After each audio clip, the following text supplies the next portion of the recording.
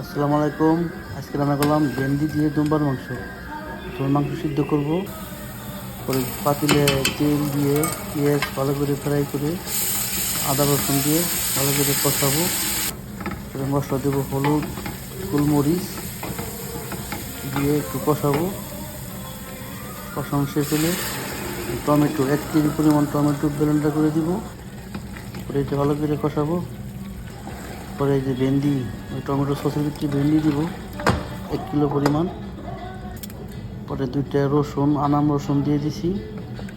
ওই যে মাংস সিদ্ধ করা পানি দিব। এখন এই যে তেঁতুল সস দিব পরিমাণ মতো। এটা টক টক হবে, এটা কুয়েতি কুয়েতি খাবার। পরে এখন এই যে মাংস, দুম্বার মাংস ভিতরে দিয়ে দিব। এটাকে দিয়ে আরও 20 মিনিট জাল করতে হবে।